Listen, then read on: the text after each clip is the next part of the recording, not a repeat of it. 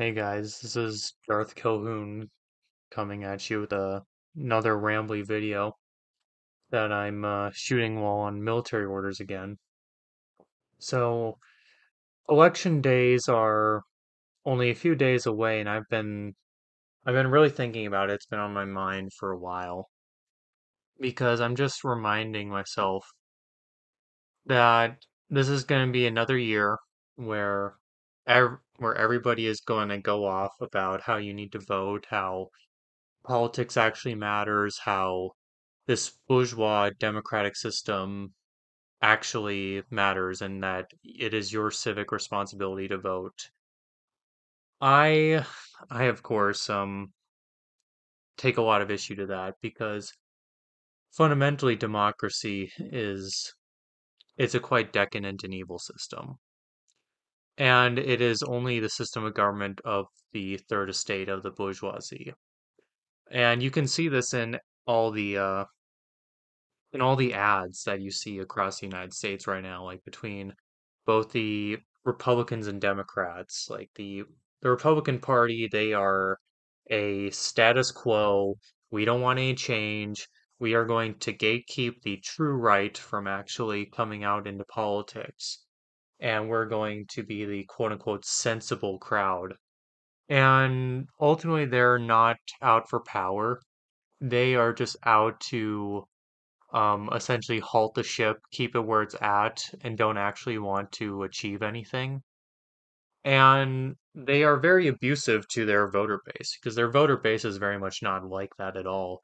Their voter base generally wants to see genuine change in some sort of conservative direction, like an conservative way. They actually want to see like the United States become like a truly Christian nation instead of this liberal democracy. They want to see things like abortion completely gotten rid of everywhere. They want to see truth, goodness, and beauty actually return, even if they can't quite articulate it that well. And they vote for these politicians that are honestly just like backhand, abuse them. Like it's an abuseful relationship that the Republican politicians have with their voter base. And the quote unquote right wing in America just keeps on taking it. And then there's, on the other hand, the center left, the Democrats, which they are very much the same way, very masochistic towards their own voter base, which their voter base tends to be very, let's just say a lot of them tend to be very anti-bourgeois, anti-capitalist, but in a more fourth estate direction. And they never see any genuine change. Like, say, Bernie Sanders should have won like their primaries multiple times if it was truly a democratic system on them appointing their politicians, but it is not. He would have won because people are frankly tired of this exploitative bourgeois, decadent, consumeristic, and materialistic economic system, which I know that's a bunch of word salad, but it's I'm trying to keep this video short. And we all know that this system is failing, but yet they just want to keep on pushing the boat along, keep on going along the charted course, even though it's leading us to our destruction and alienating us from the rest of the world. And it's kind of like this idea of politics is also it's destroying any ability for any nation to operate on true politics. Like, you don't have Bismarcks come out of a democracy. You don't have these great statesmen. Instead, you have these quite pathetic characters like Miss Pelosi and Schumer and Buttigieg and I can and honestly Ted Cruz as well. You can I Marco Rubio, Jeb Bush, well, all the Bushes for a fact. I mean, these are kind of like the mid-wittery of liberalism. That's just what this system produces. It produces, quite frankly, the lowest common denominator of people to rule because all it is a popularity contest. Like, the popularity contests don't actually weed out the wheat from the chaff. In fact, it does the opposite. It oftentimes put the worst grain forward, the worst men forward. And this is why, like, when I was a teenager and I was very disillusioned with democracy at a young age because I just kind of saw this primordial. It's like I went to a Trump rally and was like, everybody's like cheering at like Donald Trump just saying kind of like moderate things, and it's like I was just thinking it's like no, this is not actually like anything revolutionary. This is something quite tacit and lame. And that's what democracy only produces is lame, it's just lame results. And I mean, I was always kind of a admirer of like the great man of history, theory of history. I always admired strong men that could actually get things done, that could chart a path for a nation with a truly autocratic direction. I mean, every great project has a singular head, has a singular vision looking forward. And in a democracy, you don't get that singular vision. You don't go forward and strive and conquer. You just trudge along pathetically. And ultimately that's kind of why I became a monarchist overall. And I don't and I don't really buy into narratives at all that are brought out by both sides of the political aisle in America. Well, I mean, the Republicans and Democrats, they're the only two parties allowed because they're the only two parties that want the system to keep on going. Even if they have slight deviations in their vision, they're both liberal parties. And there's no like truly right-wing party. There's no party advocating for a true return to tradition. There's no true left-wing Marxist party either advocating for the total seizure of the means of production. It's, so it's quite frankly gatekept, and the media is on the side of they're even though they bash the Republicans because they honestly think that they are actually right wing, they think that they are dissidents, they think that they are against the system, even though the Republicans are on their side, even if they don't realize it. But the media, they are a bourgeois institution. Banks, they are a bourgeois institution. The stock exchange, that's a bourgeois institution. Um, Financial firms, they're all bourgeois and liberal because it requires this myth to exist of the idea that everybody's just individual trying to be a Machiavellian, climb themselves on top of the ladder instead of actually thinking that peoples belong to a folk, to a true folk, um, which only really certain peoples in the world actually understand these days.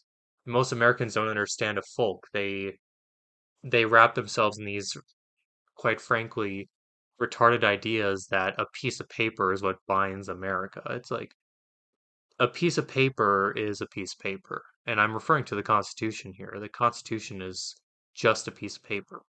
It's not it's not a person, it's not like a true leader of a nation. It is a stand-in. It is a secular god, essentially. It is like the goddess of the cult of reason from the French Revolution. Like that's what the Constitution is to many people in the United States, especially on the quote unquote right wing. And I also realized that quite young, that honestly, Constitution worship was not conservative. It wasn't anything resembling Christian, even though most of those people claim to be Christian. It's not a document written by good men. The founding fathers, they're idealized like secular deities or kind of like the patron saints of America. And like say Benjamin Franklin, he was quite frankly a man whore. He literally wrote essentially guidelines how to get laid back in the old days. And it's like this is your founding fathers.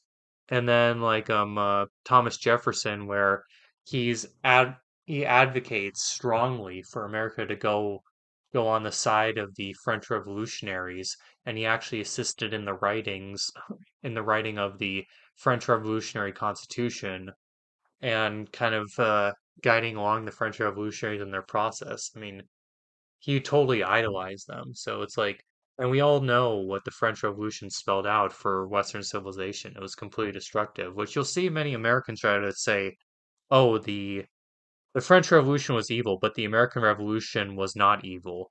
And honestly, that's just a cope. That's just frankly a cope because one if you remember like the quote from John Adams, it was like I believe it went along the lines that about a third of the nation is behind the revolution, a third of the nation is apathetic, and a third of the nation is against the revolution. So it was a minority revolution to begin with. It wasn't even popular by the idea of popular sovereignty within the idea of liberalism that you just have spontaneous popular uprisings and somehow that's natural, which it never happens. There's no such thing as a popular revolution in any point in history. Like you can go back to the Protestant Reformation, and the only reason why it went anywhere was because it was supported by several German princes. It wasn't a popular groundswell. It wasn't just a popular revolt. It was a revolt by a counter elite against the established elite, which if you've ever studied some elite theory, you'd understand the fact that you need a concerted elite to guide the civilization, which this is why I say like, if you're going to have democracy, well, you always need to dictate to the people what their morality is. And the American people have been dictated by the media, by many organizations, by financial institutions, etc. And they've been conditioned to essentially believe in Americanism. They've been conditioned so much in throughout this entire existence as a nation that they just can't perceive anything else as being viable. And besides this own system, which that's kind of like the perfect feedback loop for a regime. Like they've literally indoctrinated the people to say that there can be no system besides the American system. And that's where groups like the neocons and the neolibs come about too. Like the neocons, they literally say we are exporting American style democracy across the world. When they invaded Iraq and Afghanistan, they just thought that they could impose a democratic government and it would work because all people are multiple clay and all people are these universal man, etc.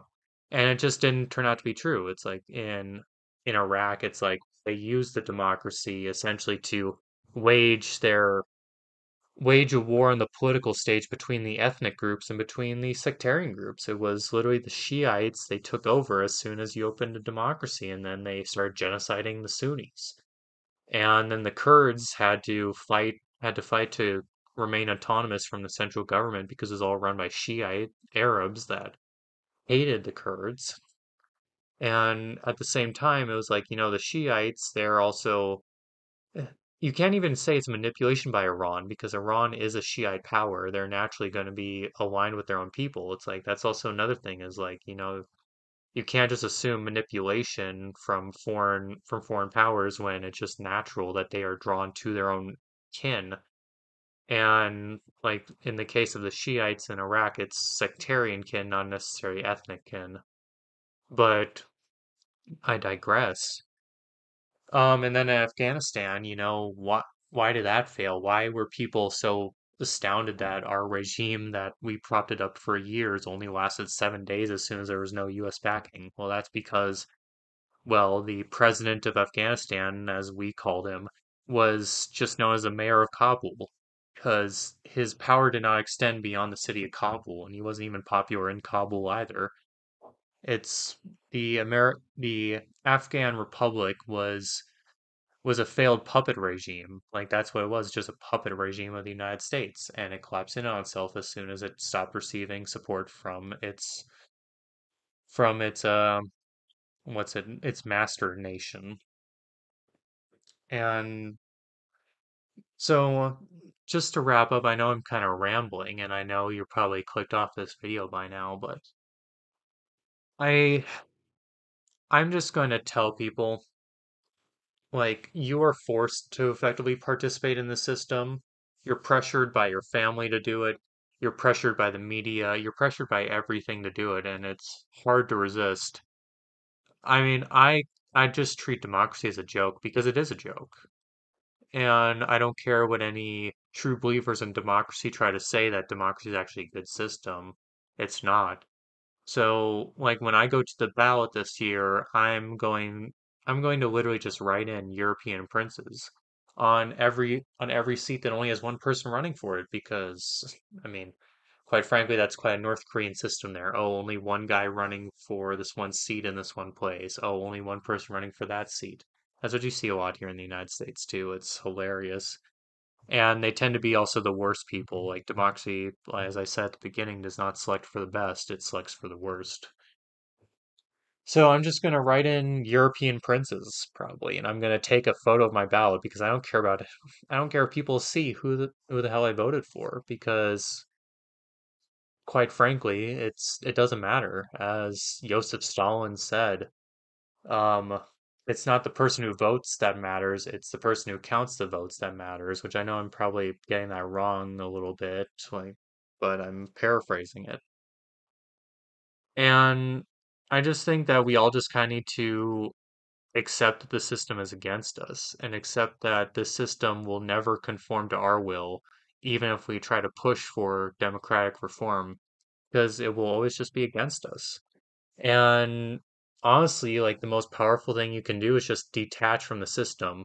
Like, just be apathetic to all these bourgeois politicians, to all these politicians that are against the traditional order. And then this is just goes into like the doctrines of the caste. I mean, like we literally have merchants ruling us. This is the Dark Age, or the Kali Yuga, as the Indians would call it. Like it's the third estate is always the estate that is, let's just say, the most easily corruptible, the most morally deviant, and the one that wishes to impose its sin upon others. So that's why, like Christ said, it's easier for a camel to walk through the eye of the needle than a rich man to go into heaven. And frankly, the bourgeoisie are proving that right. I mean, Christ was right 100%. That's because he's God, too. And, the type of government that is legitimized by God is monarchy. Monarchy rules by divine right, rules by God's law, and are God's elect. And, I don't care if liberal cynics try to debunk that. I mean, oh, well, who says that he is appointed by God? It's like, I don't care what a liberal says. I don't care if anybody questions it because, the king does rule by divine right. The king is there, he is elected by God. It doesn't matter if he's not supported by anyone because it is true. And we need to start living in the age of truth instead of this constantly putting on masks to try to essentially cover up our shame of what the world actually is. And I mean, if you watch my Gibline video, like, I know it wasn't the best video, and I made that as a project essentially saying like, we need to return to traditional modes of government, notably like a more feudalistic and a more and just a government ruled by the second estate, because the second estate, the warrior castes, have been the natural rulers of mankind and have led to the most stable periods in human history. And of course, liberal academics will try to say, well, what about all these wars and all these times? It's like, yeah, but they weren't these totalizing wars like say in World War One and World War Two, which were bourgeois wars, where everything in the nation is devoted to the war and it is an ideological struggle. Instead, the when the warrior caste rules, it's typically one or two battles, and sometimes a score is settled by two knights taking to the field and having a duel between each other. And then the losing side will pay tribute to the winning side. I mean, that's how basic chivalry worked. And it generally was like if you want to be rational about it, it was the least, and if you're trying to say you're a humanist, it's like that was generally the most humanist system because there wasn't these total destructive wars like we have today, where literally cities are bombed into oblivion and like everything is a target.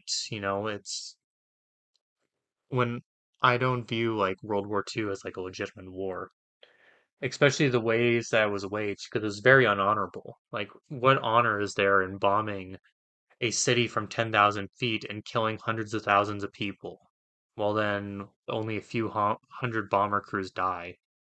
Like my great uncle was a bomber mechanic in the Pacific in World War II. He was a draftee. He had no choice to be there, but he can't talk about it besides that he worked on the planes. And as being a soldier myself, I can see that pain. He lives with guilt, and he doesn't like to admit it very often, but he admits it with his eyes, which I know I'm probably like speaking for him, but I also saw that in my grandfather about the Korean War. Like I saw that about that war, and my great uncle is the same with World War II and being part of those bomber wings. But this is kind of like getting onto a rambly. But essentially, if you're going to vote, treat it as a joke because it is a joke. The system is against us. The system hates us. It would much rather kick and stomp on us and tyrannize us with finance, tyrannize us with essentially no political say whatsoever, and tyrannize us by essentially denouncing us all the time and demoralizing us in the media. It is the tyranny of the bourgeoisie. That's the system we live under. And the best way to delegitimize the tyranny of the bourgeoisie is just to disconnect from it. And that's also the thing that they fear the most. But thank you for listening tonight. This is Darth Kilhoun, I guess, signing off.